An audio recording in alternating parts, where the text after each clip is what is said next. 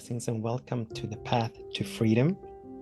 This is always this beautiful space where we get to set ourselves free, to be who we are, to be what we are, to allow for more and more and more of the truth and the essence of who we are, that which we inherently are, that which we innately are, to be revealed, to be expressed in terms of peace, in terms of love, in terms of wholeness, in terms of harmony, in terms of abundance, in terms of beauty, in terms of creativity, intelligence, and all these beautiful qualities.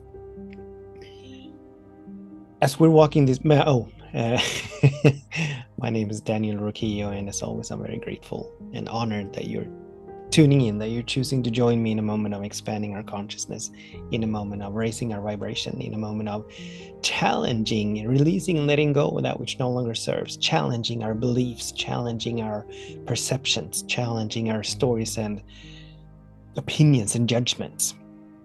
So to come into the awareness that none of these serve us. That as long as we hold on to the small and the limited, all that we will ever experience is smallness, limitations, scarcity, lack. And this is actually the topic for today. The topic for today is going beyond the impossible, or something to that effect.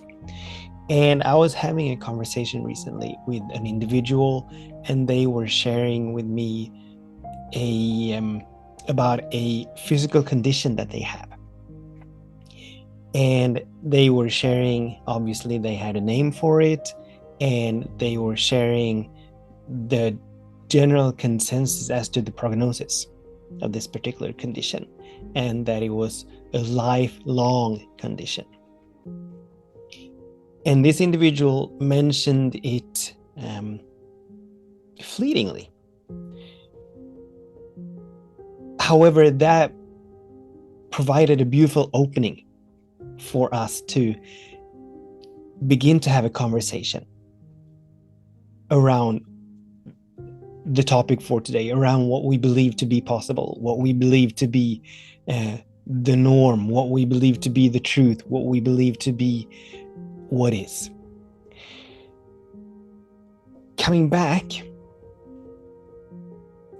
to this loving presence that is all there is. This loving presence that knows nothing of limitation, that knows nothing of lack, that knows nothing of impossibilities, that knows nothing of probabilities, that knows nothing of logic or reason. This loving presence that is infinite, meaning that there is no ending to it. And as it is infinite, it means that creation is infinite. As this loving presence is all there is, and as each and every single one of us is a unique, perfect, whole, complete expression, emanation of this loving presence, as it is infinite, it means that we are infinite.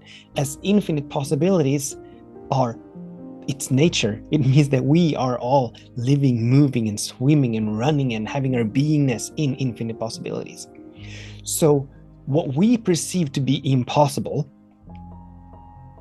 that's our perception. That's our judgment. That's our opinion about that which is. In reality, in truth, there is no such thing. There is no such thing. There are people that have lost limbs that have had them grown back. People are being healed from what are called terminal diseases all of the time. So-called miraculous healings are happening all of the time. Miracles, not only in terms of physical conditions, but in every aspect of our lives. Miracles happen all of the time, and they happen because we're open and available, because we are receptive to them. These sacred laws that are the foundation for everything that comes into being, everything that comes into manifestation, they decree that whatever we turn our attention to the most will and must come into our experience. They also decree that consciousness always precedes form. So if we are holding on to a particular condition being impossible to change, if we're holding on to a belief or a story that this condition, this circumstance, this situation that I'm finding myself in, that we are finding ourselves in, it's impossible for this to change. This is life lasting. This is going to be like this for forever until we leave this planet. If that's our perception, if that's where we're turning our attention, if that is what we are limiting our consciousness to, hey, consciousness always precedes form. So that will be our experience. Unless we, in some way, shape, or form, either knowingly or unknowingly, make ourselves open and available for a different possibility. So relating back to this conversation, so I was able to invite this individual to just entertain the idea that perhaps it is possible that this condition that most doctors and most of the Western medical system agrees is lifelong, that it is incurable. That was his words, that it is incurable. If he is able to just entertain the idea that it is possible for it to heal and begin to investigate, begin to explore different ways of moving into that possibility, that whole experience is going to change. Because we are working with universal laws that are immutable, they are impersonal. Their principles are very steadfast. Their principles are very exact. There's no going around them. There's no manipulating them. If we are standing in front of our bathroom mirror and are holding up a red balloon, what we will see in the mirror is that red balloon. That's the physics behind mirror. If we exchange the blue balloon, or was it red balloon? If we exchange the balloon for, let's say, a teddy bear, the teddy bear is what we will see in the mirror. And there's no going around it. And this doesn't matter if we've been holding up a balloon for all of our lives. It doesn't matter if we have $1 gazillion in the bank. It doesn't matter how many degrees or titles that we have. It doesn't matter who we are, what we look like. None of our personal preferences matter at all. What we are holding up to this mirror, that is what we will see in the mirror. And these sacred laws, they are exactly the same. So just inviting the possibility, just inviting the idea, just inviting the opening that it is possible for this to change. I don't know how, I don't know when, but it is possible. Entertaining that idea, sustaining the vibration that it is possible. So there is inner work to be done, because we need to release and let go of all the thought forms that bespeak of impossibility, that bespeak of logic, that bespeak of probability. Like I have a friend who was diagnosed with a type of cancer, and my friend obviously went to the doctor to get treatments and all that, and the prognosis was very dire for this kind of cancer. So my friend had to really educate her doctors so that they would make themselves open and available for the possibility that this was curable. Because in their opinion, it was not. In their experience, it wasn't. So that's the sentence that they gave. That's the sentence that they handed out to my friend. That this is not curable. This is how your life is going to end. So she began to tell them, to invite them into the field of possibilities. And lo and behold, it took about a year. And what the doctors believed to be impossible, what the doctors believed to be impossible vanished, dissolved. It healed. It is no more. Simply because they were entertaining, they moved into the field of they moved out of the field of impossibility. They moved into the space, into the consciousness of possibility. So the invitation for us is to explore the various stories and beliefs that we hold as to what is possible. Actually, as to what is not possible. Conditions, circumstances that we have in our lives that we may perhaps have had for many, many years, where we believe that it is not possible for this to ever change. And to invite in the feeling tone that it is possible, that it is possible. Now, this conversation that I had with this individual, it was just recently.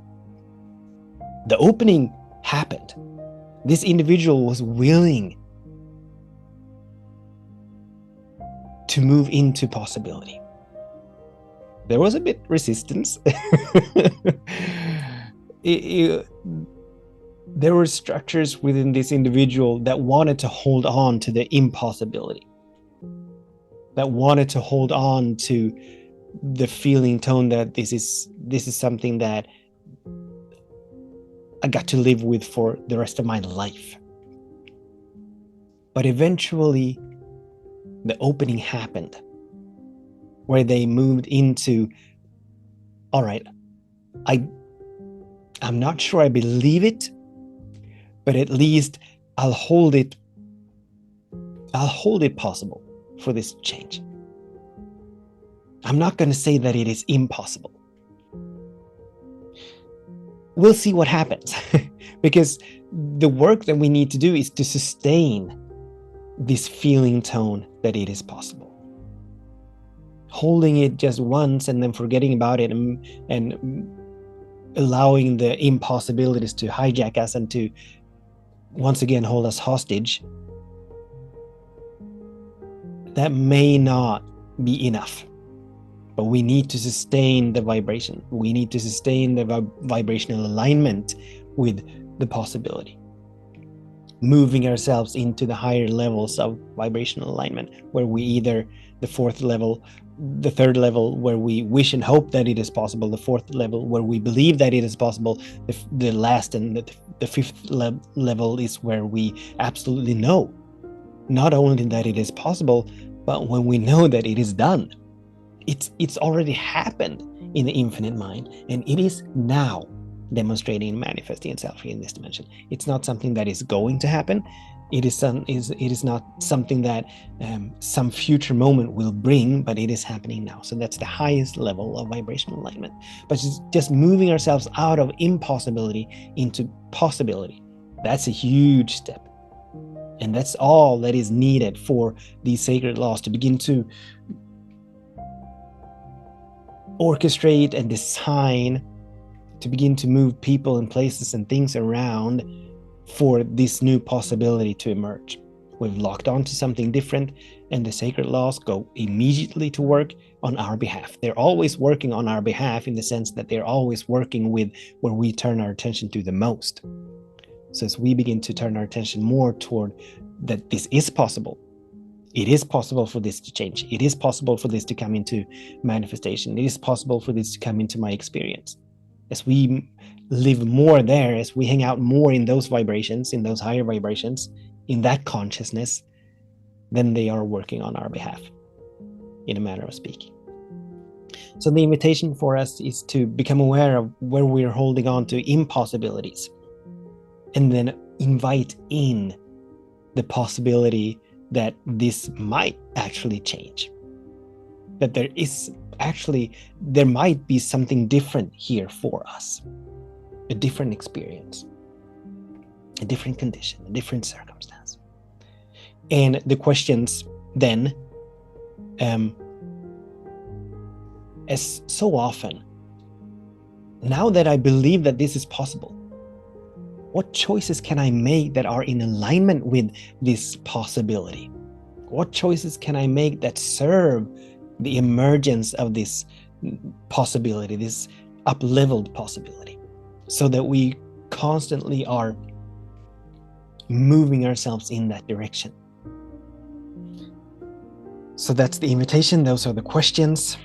Thank you so much for tuning in, for participating. As always, if this resonates with you, I invite you to share this with others who you feel might benefit from hearing this.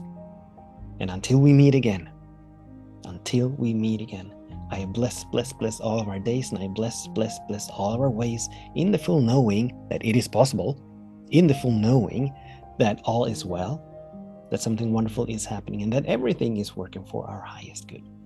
Much love, many blessings. Namaste.